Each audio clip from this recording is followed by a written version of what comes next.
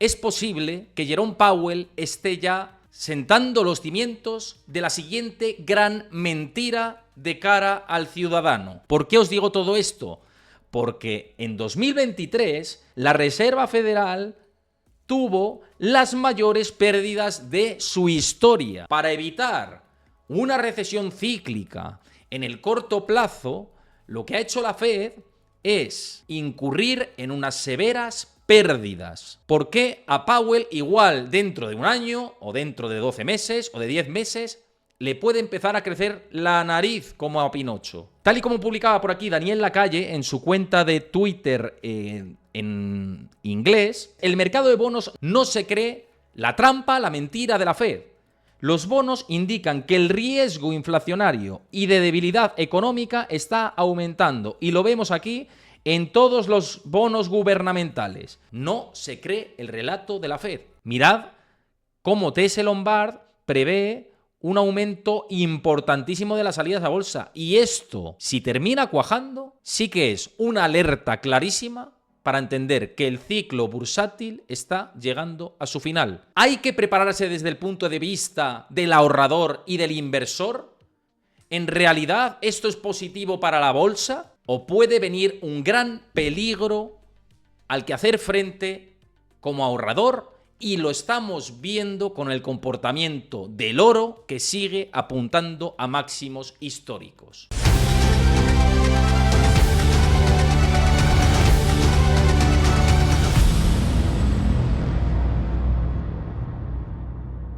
La Reserva Federal y Jerome Powell es posible que estén ya preparando su siguiente gran mentira.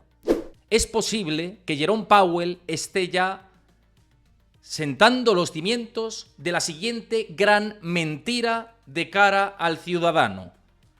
¿Por qué la Reserva Federal estaría ya allanando ese terreno de la siguiente gran trampa de cara a todos los ciudadanos, sean de Estados Unidos y al final del planeta, porque es el principal banco central de todo el mundo?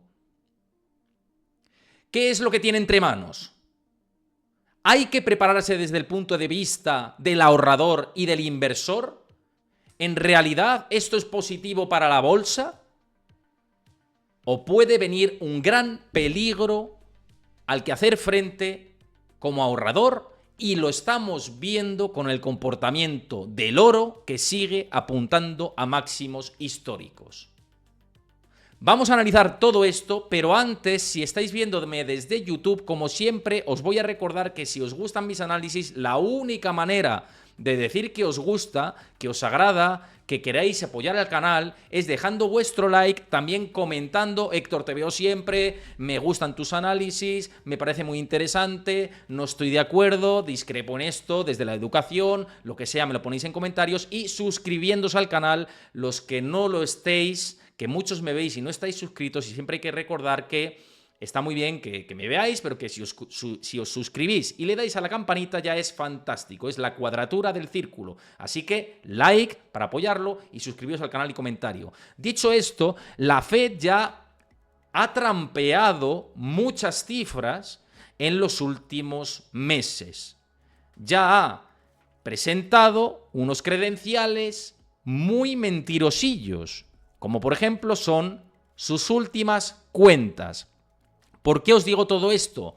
Porque en 2023, y según os publiqué recientemente en mis redes, la Reserva Federal tuvo las mayores pérdidas de su historia. No de los últimos años, las mayores pérdidas de su historia. 114.000 millones de dólares. Para evitar una recesión cíclica en el corto plazo, lo que ha hecho la Fed es incurrir en unas severas pérdidas. Y esto, igual mucha gente no lo conocía, pero el dato lo tenéis ahí. Y es algo que debemos tener presente a la hora de analizar qué está por venir. Pero ¿para qué se está preparando la Reserva Federal en realidad? ¿Y por qué puede venir la nueva mentira? ¿Por qué a Powell igual dentro de un año o dentro de 12 meses o de 10 meses le puede empezar a crecer la nariz como a Pinocho. ¿En qué sentido es todo esto? Pues lo podemos ver en el mercado de bonos. ¿Y por qué? Tal y como publicaba por aquí Daniel Lacalle en su cuenta de Twitter en inglés, lo que comenta es: el mercado de bonos no se cree a la Fed. No se cree la trampa, la mentira de la Fed. Los bonos indican que el riesgo inflacionario y de debilidad económica está aumentando. Y lo vemos aquí en todos los bonos gubernamentales. En el bono a 30 años, a 10 años, a 2 años y a 5 años. No se cree el relato de la Fed. Se cree y se piensa más que en las últimas ruedas de prensa nos han engañado a todos. Y el mercado ya está tomando su camino y está diciendo: no te creo, no te creo. Eso dice el mercado de renta fija. Que por eso las duraciones largas, ultra mega largas, en cartera siguen siendo altamente peligrosas desde el punto de vista de la inversión. Y de ahí a que yo personalmente, dentro de las inversiones de renta fija, siga apostando por duraciones medias, por duraciones cortas y duraciones largas solamente desde el punto de vista táctico y con no mucho dinero. Por ejemplo, y dentro de las estrategias de inversión que tengo, como siempre os comparto la plataforma de Trade Republic, que es como invierto en ETFs y otro tipo de activos, pero principalmente en ETFs, y como veis por aquí, que dentro de mis inversiones en el TLT, en el ETF de bonos a 20 años, tengo posición táctica, 500 euritos por ahí, para que veáis esta posición, y como ahora mismo está en rojo, porque tácticamente yo creo que no es la estrategia. Tácticamente la estrategia puede ser bolsa global con MSCI World, como también tenemos por aquí, plata, oro y este tipo de inversiones desde mi punto de vista. Que, por cierto, si os gusta invertir en ETFs, la mejor plataforma para mí es Trade Republic. Si queréis rendir vuestro ahorro también a más del 3%, pues en Trade Republic también tenéis esa posibilidad a través de su cuenta remunerada, hasta 50.000 euros, y lo tenéis todo esto para beneficiaros en la descripción del vídeo, en el comentario fijado. A través de mi enlace, pincháis para que sepáis que podéis rentabilizar vuestros ahorros hasta 50.000 euros y que podéis invertir en ETFs como estos, sean de bonos o no. Pero el mercado de bonos al final ha elegido ya su camino, que es el de la mentira de la Reserva Federal. Para que os quede bastante claro. Y el camino de la Reserva Federal y la mentira que están cuajando, la vemos por los bonos, que al final lo que descuentan son expectativas de inflación. Pero atención con lo que publicaba en las últimas horas de Kobeissi Letter, que siempre su newsletter es muy interesante desde el punto de vista del análisis. Es cierto que tienen un sesgo un poquito permaver en algunos casos, pero que aportan valor informativo. Y en concreto lo que dice es que las expectativas de inflación de los próximos 5 a 10 años en el mercado, y lo veis aquí resaltado en rojo, han saltado al 7,1% en este último mes de octubre. No es que hayan saltado, es que se han disparado esas expectativas de inflación al 7,1%. Son niveles máximos desde los años 90. ¿De acuerdo? ¿Y por qué pasa todo esto? ¿Y por qué se está ocultando esta posibilidad? La inflación se ha vencido, está todo superado, estamos todos alegres, estamos disfrutando, la bolsa está en máximos históricos. Yo estoy muy contento con que la bolsa esté en máximos históricos, con que el oro esté en máximos históricos, con que los bonos algunos se hayan recuperado, pero esto se ha vencido, esto lo hemos superado, no hay ningún problema. Va a haber aterrizaje suave, superación de la inflación y todos contentos, felices y perdices y mundo Disney para todo el mundo. Pero la realidad del mercado y de los consumidores es otra. Viendo el contexto geopolítico que hay y con el consumo, que luego vamos a ir a las ventas minoristas, que está tirando todavía, igual la inflación pudiera, o podría, mejor dicho, haber hecho suelo. Y Kobeissi Letter dice: para poner esto en perspectiva, las expectativas de inflación media han sido del 3% en los últimos 3 años y están en el 7,1% en la media de 5 a 10 años. ¡Locura absoluta! La confianza del consumidor se ha visto gravemente dañada por el aumento de los precios de los productos de primera necesidad y las expectativas están empeorando.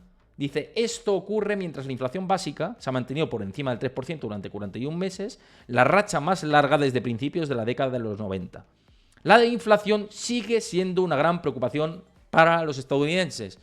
De alegría nada, según las expectativas de inflación. Y según el mercado de bonos, cuidadito, que la palabra estanflación igual no es tan rara, de escuchar. 1, bonos. 2, expectativas del consumidor. Nos están apuntando a que, cuidadito, que a lo mejor estamos descorchando el champán con demasiada prontitud. ¿Qué quiere decir? Que si hay crecimiento económico, puede haber de nuevo repunte de la inflación. Si hay desaceleración en el crecimiento económico, entonces la inflación puede mantenerse más a raya sobre esos niveles. Y esto hay que tenerlo en cuenta. Recordaos el estudio que os compartí por aquí de que los estadounidenses, si los tipos de interés bajan entre el nivel del 5 y el 6,5%, la mayoría dentro de ese rango valora comprarse una casa.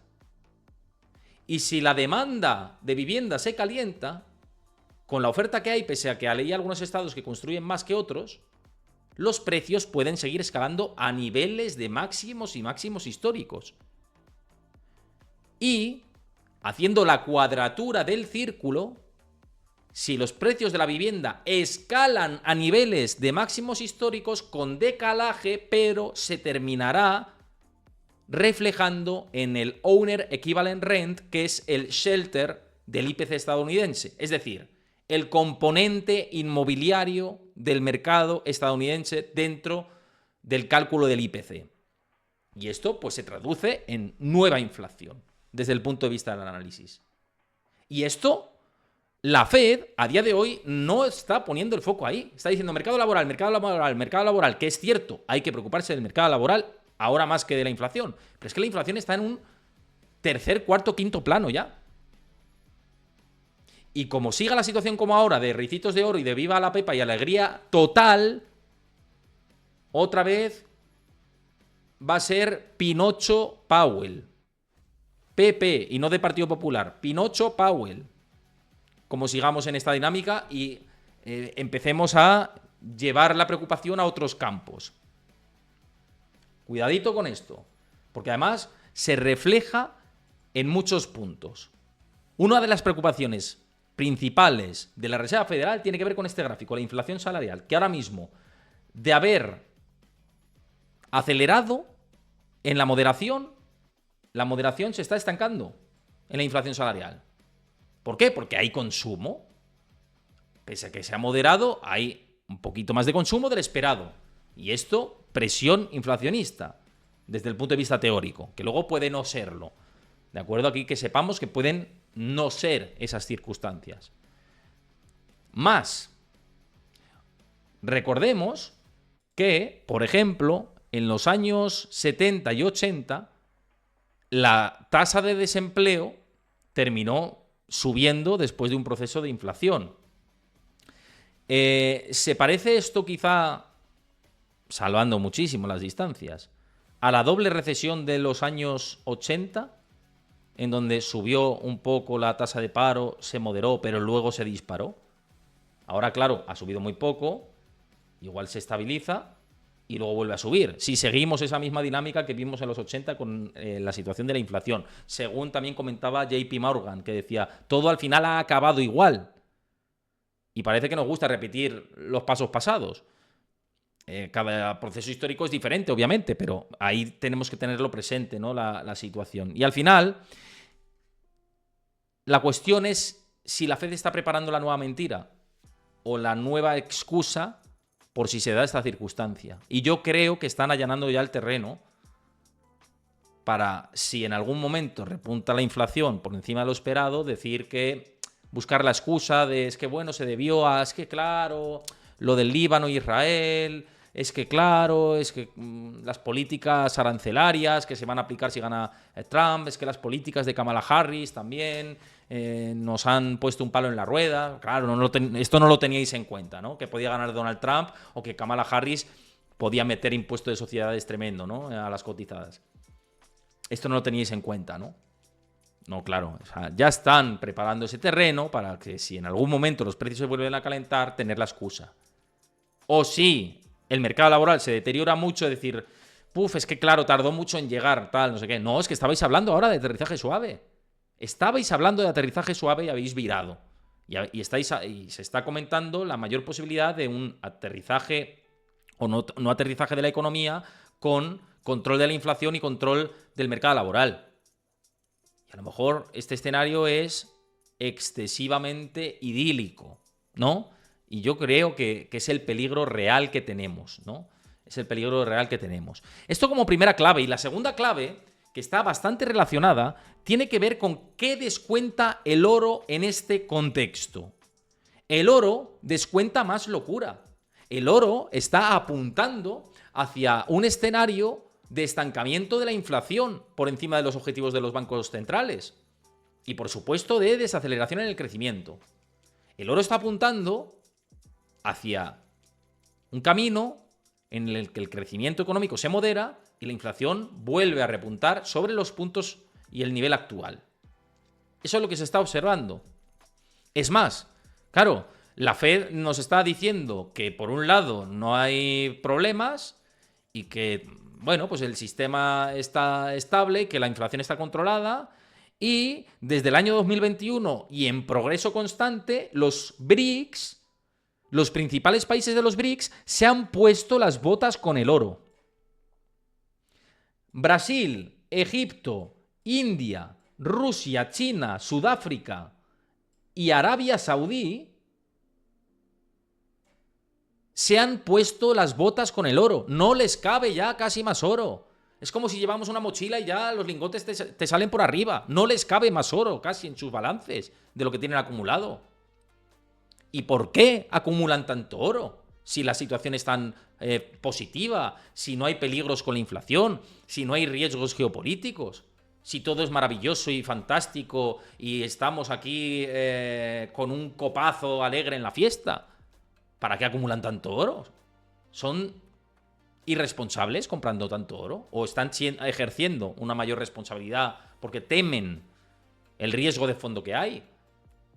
Pues a lo mejor es la segunda opción. El oro está en ese contexto. El oro te está midiendo esto. Igual que la renta fija en algunos puntos también. Van de oro hasta las trancas. Les falta a los banqueros centrales, a los presidentes de la India, de China, etcétera, ponerse los dientes de oro como antiguamente.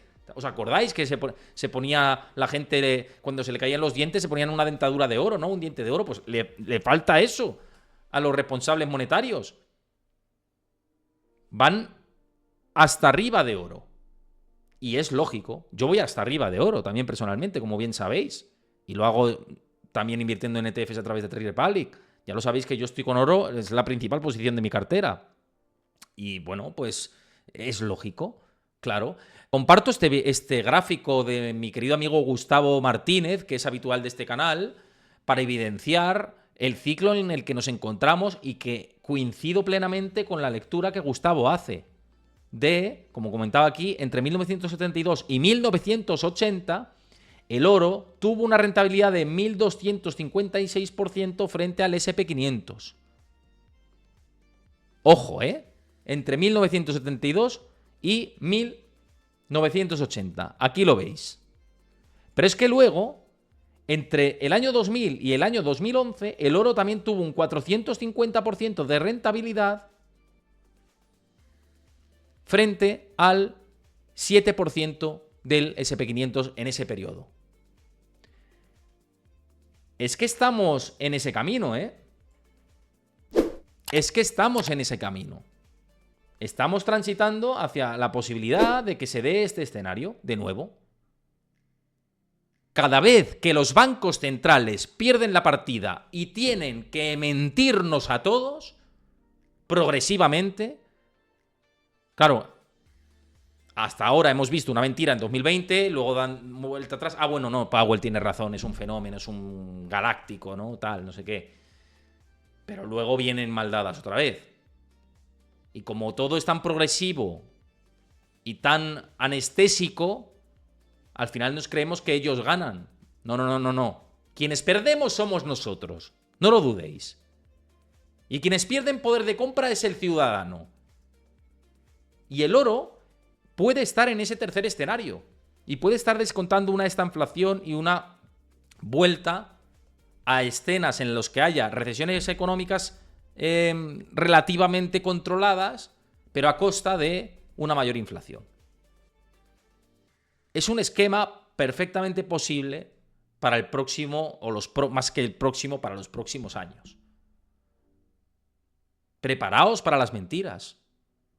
Preparaos para las mentiras. Y como inversores, la parte estructural la tenemos que tener muy clara dónde tiene que estar, preparándonos para este esquema. Yo estoy muy de acuerdo con esa tesis de Gustavo, ya lo sabéis, no porque sea mi amigo, porque hemos diferido en muchas ocasiones, sobre todo, por ejemplo, cuando él pensaba que había suelo de mercado y yo no lo creía que estaba mucho más abajo, él se posicionó, tuvo razón y le tuve que decir tiempo después, oye tío, acertaste. Y te mojaste hasta el cuello y acertaste.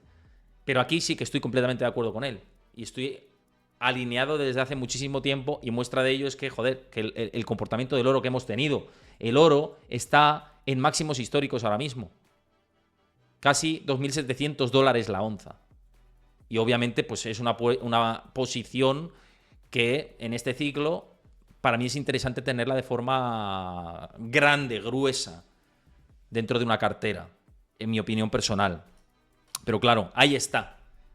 La mentira de la Fed va compasada con el comportamiento del oro.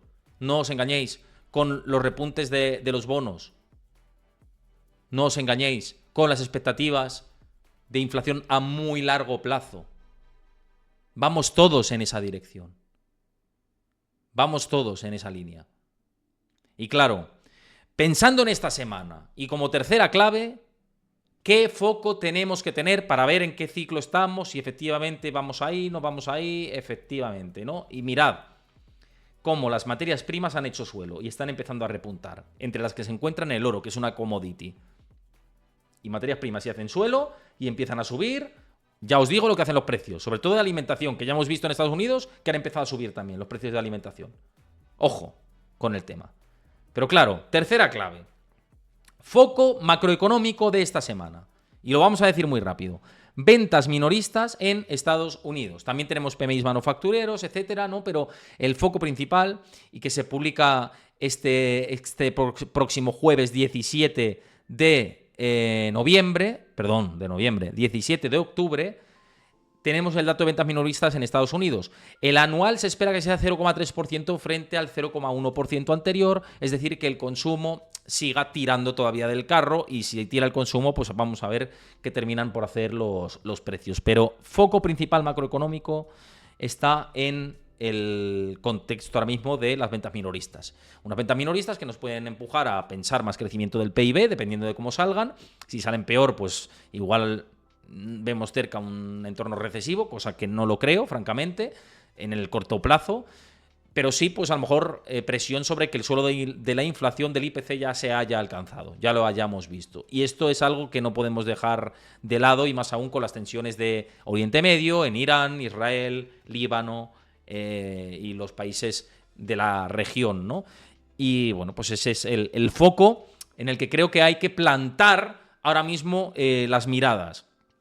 Ahora bien, para entender un poco el ciclo en el que estamos y estrategias un poco para capar todo esto, os digo una cosa que no le he dicho por aquí, así queda pendiente para los que me lo veáis desde YouTube, que muchos veis mis análisis al completo y sois seguidores habituales, pues que sepáis que tenéis la ocasión de conocerme esta misma semana, y como lo subimos esto en el día de hoy mismamente, pues que lo sepáis, porque voy a estar de ponente en una mesa redonda en el evento anual de Serenity Markets. A ver si os unís al evento, me encantará mucho saludaros, porque voy a estar en una mesa redonda con Diego Puertas, con Celia Rubio y con algunos otros expertos. También va a estar Pablo Gil en ese evento, también va a tener una comparecencia digital José Luis Cárpatos, así que luego, después de todo esto, va a haber un cóctel y en la que se puede hacer networking y me podéis conocer, me podéis saludar. Oye, Héctor, soy seguidor habitual tuyo, tal, te conozco de hace tiempo, no sé qué, tal. No sé cuántas plazas quedan, porque creo que estaba todo bastante ya ajustadito, pero os lo pasa también Chris por el chat, el enlace al evento, para que os podáis apuntar y que vayáis de mi parte y luego nos vemos, nos tomamos un vino a vuestra salud y me preguntáis lo que queráis, que estaré ahí a vuestra disposición. Y en YouTube también lo vamos a poner el enlace para que os apuntéis a el evento, que es el próximo 17 de octubre a las 7 de la tarde, hora española, hora de la España peninsular, en Madrid, en el Auditorio Rafael del Pino. Pues ahí os podéis apuntar y en YouTube lo tenéis en el comentario fijado y en la descripción del vídeo para que os apuntéis. Es en Madrid, en el Auditorio Rafael del Pino, a las 7 de la tarde. De acuerdo. Dices, por aquí comentabais una duda que voy a resolver muy rápido, que si se cuelga el evento para los que no estamos en Madrid, yo no lo sé. Le tenéis que preguntar estas dudas a Serenity Markets y se lo planteas. Yo creo que lo subirán a su canal de YouTube a muy posteriori, pero no lo sé. No es un evento que organizo yo, sino que a mí me invitan de ponente y allí estaré con mi amigo Diego Puertas y con Celia Rubio y demás, ¿no? Así que nos vemos por ahí, ¿vale? Esto con respecto al tema macro, nos vamos a la cuarta clave, que vais a decir, bueno, sí, tal, no sé qué, muy negativo, tal, agorero, el cenizo, chamizo, ¿no? Lo de siempre, los gilipolleces, con perdón, habituales. Y perdonadme las palabras gruesas, porque ya sabéis que yo estoy muy positivo en bolsa, tan positivo que mirad de manera táctica, como siempre os digo, ¿no? De manera táctica estoy positivo. Pero mirad el S&P500, que esto es imparable. 5.855 puntos el S&P500, la tendencia es estructuralmente alcista. Cuando vimos correcciones por aquí, dije, la tendencia es alcista, hay que seguir alcista, la tendencia es alcista, nada se ha roto, ahí lo tenéis, la estructura es alcista. Y es muy probable que de aquí a final de año, si nada raro cambia, todo esto siga hacia arriba, ¿no? Con lo cual, positivismo total. Pues si yo estoy a punto de ser padre, yo soy más positivo que nada. A mí casi me dijeron que iba a ser muy difícil que fuera a ser padre. Yo nunca me rendí. Yo soy positivo, no lo siguiente, ¿no? Y soy muy positivo en la bolsa, soy muy positivo en el oro, soy muy positivo en la renta fija de corto plazo, en muchas compañías value de cara al futuro, en fin, con muchos activos. Pero bueno, en fin, hay gente que se queda en los titulares y en los primeros minutos del vídeo y bueno, pues es una pena, ¿no? Que no me escuchen, ¿no? Con lo bonito y bueno que es escuchar a la gente. Es precioso escuchar a la gente. Escúchame, que te va a gustar o no, pero por lo menos escúchame. En fin, ¿por qué os digo todo esto? Porque la bolsa va camino de tener un año realmente histórico. Si te lo dicen esto hace 3 años o 2 años, dices que qué producto, qué sustancia psicotrópica se han tomado, quien te lo haya dicho. De que íbamos a tener en 2024 el año más alcista del siglo. No el año más alcista de los últimos 5 años, de los últimos 10 años, sino estamos en el año más alcista en la bolsa desde el año 2000. ¿Y sabéis qué os digo? Que es posible que estemos ante el año más alcista del año 2000 de aquí a final de año. Si nada raro cambia en las estructuras de liquidez, en el posicionamiento de los grandes inversores y las manos fuertes y en la estructura de la emisión de deuda. Si después de las elecciones no cambian el volumen de emisión de deuda que tienen que acometer y la generación de liquidez directa o indirecta, la bolsa va a seguir subiendo a máximos históricos. Y la bolsa va a superar los 6.000 puntos si vamos a este escenario. Y estamos en un año histórico que sigue apretando y parece que va a seguir. Ahora bien, red flags que tenemos dentro del mercado. El 48% de los hogares invierte en bolsa. Estamos en niveles máximos desde la burbuja de las .com. Aquí hay 3 posibilidades, con este contexto que para mí no es sano, teniendo en cuenta que la mayor parte del dinero siempre la poseen inversores institucionales. O estamos en una era en la que la cultura financiera está distorsionando las medidas del pasado, con la digitalización y el mayor acceso a la inversión por parte de las plataformas con las que se puede invertir, etcétera, como por ejemplo Trade Republic, ya lo sabéis.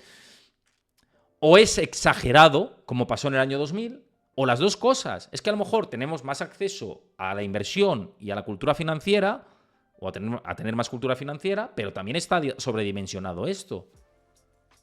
Entonces, ahí está la cosa. Que esto lo tenemos en las nubes, que estamos en niveles que no veíamos desde momentos burbujísticos, Pero, bueno, que la estructura sigue. Y mientras esto sigue y no tengamos otra señal, pues sigamos, ¿no? Es más, y ya pensando en un largo plazo, como dice BlackRock, y estoy completamente de acuerdo, las correcciones que vengan son parte de la vida del camino bursátil. Y las correcciones, generalmente, pensando en un amplio espectro, son oportunidades de inversión. Son parte de la vida. Y generan momentos de entrada importantes a largo plazo. Con lo cual, en el momento en el que venga un contexto adverso, negativo, malísimo, aprovechar liquidez que tengamos disponible para entrar con más volumen será garantista pensando en el futuro, sobre todo si hacemos una buena estructura de diversificación de nuestro patrimonio. Tendremos más posibilidades de sacar ese rendimiento a futuro. Pero, obviamente, ahora mismo estamos completamente distorsionados por el mercado norteamericano, representa el 50% de la bolsa mundial. ¿Y esto qué quiere decir? Pues que en algún momento tendrá que haber una corrección de la representación de Wall Street, que sirva también para entrada y posicionarse en Wall Street, que me parece que es el mercado más potente del mundo. En lo peor del 2008, Wall Street representaba el 28% del total del mercado. En la pandemia no hubo ese cambio. Y en 2018-17 hubo un ajuste, pero luego la tendencia siguió al alza. Así que Wall Street es el mercado, salvo que Estados Unidos se vaya a la ruina, Wall Street va a seguir siendo la amplísima referencia. Y cualquier corrección de la representación y la ponderación del mercado global de Wall Street va a ser interesante en el plano de la inversión, teniendo en cuenta el contexto que siempre hemos tenido en las últimas décadas. Claro, ¿qué puede pasar en las próximas semanas? Porque esto es una locura alcista. ¿Qué dicen los CTA según Goldman Sachs? Pues están proyectando caídas en el S&P 500 de cara a noviembre. Fijaos, en el peor de los casos nos ponen o figuran en esta caída de 25... Ahí lo tenéis. Ese es el mejor de los casos, pero en el peor de los escenarios sería una caída importante dentro del S&P 500 para noviembre. Yo creo que por el descuento de las elecciones y lo que venga a posteriori. Por eso decimos que el rally a lo mejor se ha adelantado, o podría ser uno de los escenarios. Y si esto cambia la estructura de liquidez, pues a lo mejor ahí sí tenemos un contexto de vientos en contra, y que es lo que están viendo los CTAs. Por esto, este tipo de información también hay que tenerlo en cuenta, porque los esquemas, como hemos dicho, y como dije la semana pasada, la estructura de mercado puede cambiar por 4 factores. Uno de los factores por ejemplo, uno de los factores sería una destrucción de empleo muy importante en algún dato de los próximos 3 meses. O un dato de inflación anómalamente alto. Esto cambia la estructura del mercado en el corto plazo. O yo qué sé, pues una escala de la tensión geopolítica en Oriente Medio que sea ya preocupante, sobre todo para el precio del petróleo. O sea, hay eventos que sí pueden cambiar esa tesis alcista de la que estamos hablando. Y una de ellas es esa, ¿no?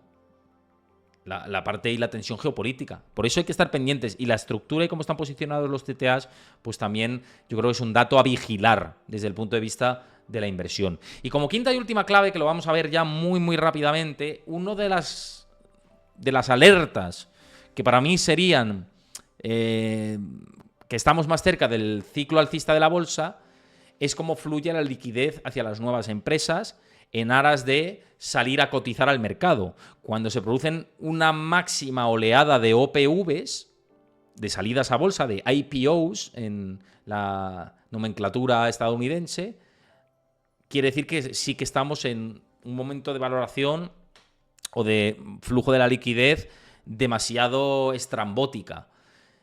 Y por eso las salidas a bolsa proyectadas para final de este año y para el año que viene, a lo mejor sí nos están indicando que el ciclo va acercándose peligrosamente a su final.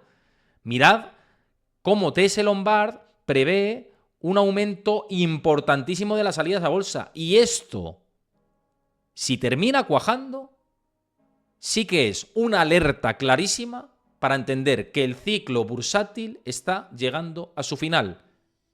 Si veis muchas salidas a bolsa, de empresas incluso que no ganan dinero, y que te prometen el oro y el moro y salen a bolsa, y levantan mucha financiación, ahí el componente burbuja estaría claramente instaurado. Y en ese punto habría que tener muchísima precaución. Y esa es una clave muy importante, no para esta semana, no para la siguiente semana, sino para las siguientes semanas. Este gráfico a fuego. Este gráfico a fuego. A fuego. Porque sí que nos puede dar problemas si se calienta. Que de momento no lo está. De momento está tranquilo. ¿De acuerdo? Está repuntando, están habiendo más salidas a bolsa, pero está tranquilo. Las IPOs, el mercado de salidas a bolsa. Igual que el M&As, ¿no? Las fusiones y adquisiciones. De momento todo esto está tranquilo. Si eso se activa en plan locura, lo tenemos cerca. Lo tenemos cerca. De momento no. En fin. Hasta aquí las claves para los que lo estáis viendo desde YouTube. Muchísimas gracias. Ya sabéis que si queréis apoyar este contenido, la única manera de hacerlo es que dejéis el botón del like activado. Le dais al like, no cuesta nada de trabajo. Le dais al like, dejáis un comentario. Oye, te quiero ayudar con el algoritmo. Me ha gustado mucho este análisis, Héctor. Me ha gustado mucho lo otro. Y suscribiros al canal, que muchos no estáis suscritos y me veis habitualmente y no cuesta nada. Le dais a suscribir y a la campanita para que os recuerde cuando tengo vídeo que publicar. Y estamos activos. E insisto, echad un ojo ahí abajo en la descripción del vídeo al enlace de Trade Republic, pincháis, os descargáis la plataforma, veis cómo funciona, lo manejáis, ya tomáis vosotros vuestras decisiones de inversión, que yo no soy quien para hacerlo, pero echadle un ojo, que merece la pena para invertir en ETFs, para remunerar vuestro ahorro y para que, eso, intentar sortear la situación tan adversa que podemos tener de cara a la futura inflación. Así que, queda dicho.